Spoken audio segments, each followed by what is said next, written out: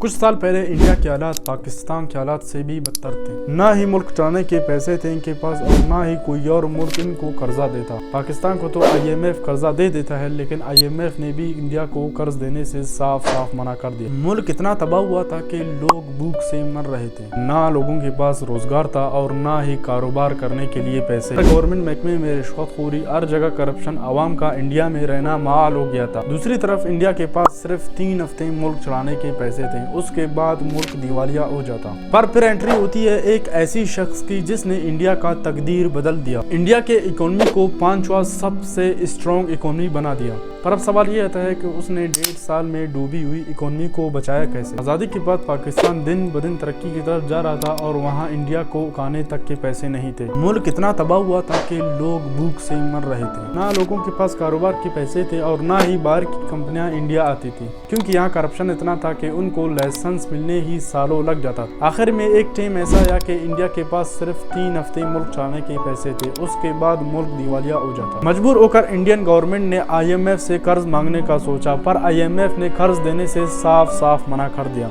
सब ने हार मान लिया था कि इंडिया तबाह हो चुका है। पर फिर एंट्री होती है फाइनेंस मिनिस्टर की, मनमोहन सिंह की। मनमोहन सिंह आते ही इंडिया के अवाम से वादा किया कि वो इंडिया के इकोनॉमी को सबसे बड़ा स्ट्रॉन्ग इकोनॉमी बनाए। लोगों ने मजाक बनाना शुरू किया कि मुल्क में खाने तक के पैसे नहीं है और ये शायद दुनिया की स्ट्रॉन्ग इकोनॉमी बनाने की बात कर रहा है। पर मनमोहन सिंह ने सब कुछ प्लान करके ये बातें बताई थी। उसने सबसे पहले जितने भी मुल्क में सोना रखा हुआ था उनको बड़े बड़े बैंक्स में गिरवी रखा और उनसे उधार लिया ताकि मुल्क दिवालिया होने से बच जाए। लेकिन ये मुल्क बचाने का मुस्तकबिल नहीं था। आज नहीं तो कल इनका हाल पहले जैसी हो जानी थी। मनमोहन सिंह ने खुद एज अ फाइनेंस मिनिस्टर बड़े बड़े कंपनियों के पास जाकर उनको इंडिया में काम करने की दावत दिया और उनसे वादा किया कि उनके लाइसेंस के नाम पे किसी को भी रिश्वत देने की जरूरत नहीं और ना ही फजूल के टैक्स पे करने होंगे उन्हें। इंडिया एक बहुत बड़ा मार्केट है कारोबार के लिहाज से। दुनिया के बड़े बड़े कंपनियों ने इंडिया का रुख किया और अपना कारोबार यहाँ लाकर बिजनेस एक्सपेंड करना शुरू कर दिया और इससे अवाम को फायदा हुआ कि इन कंपनियों के आने से इंडिया में बेरोजगारी खत्म हुआ।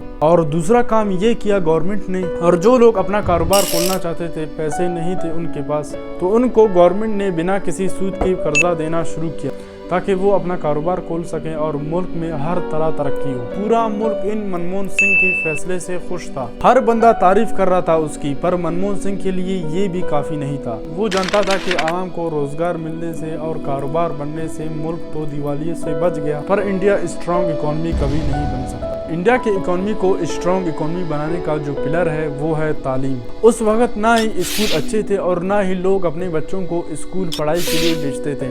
इसलिए प्राइम मिनिस्टर से कोऑर्डिनेट करके इसलिए वो गवर्नमेंट स्कूल को रेनोवेट करना शुरू किया और तालीमी निज़ाम को जितना हो सकता है बेहतर बनाया और वालिदैन पर लाजिम किया कि वो अपने बच्चों को स्कूल पढ़ाए, क्योंकि वो जानता था कि कल को यही बच्चे इंडिया का मुस्तकबिल बनाएंगे और कल को यही बच्चे पूरी दुनिया में इंडिया का नाम रोशन करेंगे। और वही मुल्क जो कि 3 हफ्तों में दिवालिया हो जाता और वो दुनिया का 5वां सबसे स्ट्रॉन्ग इकोनॉमी बन चुका है। और दुनिया की बड़ी बड़ी कंपनियां आज भी इंडिया में मौजूद है, जैसे कि गूगल, माइक्रोसॉफ्ट और IBM। इनकी CEOs आज भी इंडियंस हैं, क्योंकि इन्होंने सही वक्त पर तालीम हासिल किया था। अब सवाल ये आता है कि इंडिया कर सकता है तो पाकिस्तान क्यों नहीं? हमारे पास किस चीज़ की कमी है? अगर किसी चीज़ की कमी है वो है अच्छे लीडर्स, ऐसे लीडर्स जो अपने मुल्क से मोहब्बत करें। तो ये थी हमारी आज की स्टोरी। आई होप आप लोगों को पसंद आया होगा। मिलते हैं अगले वीडियो में, तब तक के लिए अल्लाह हाफिज़।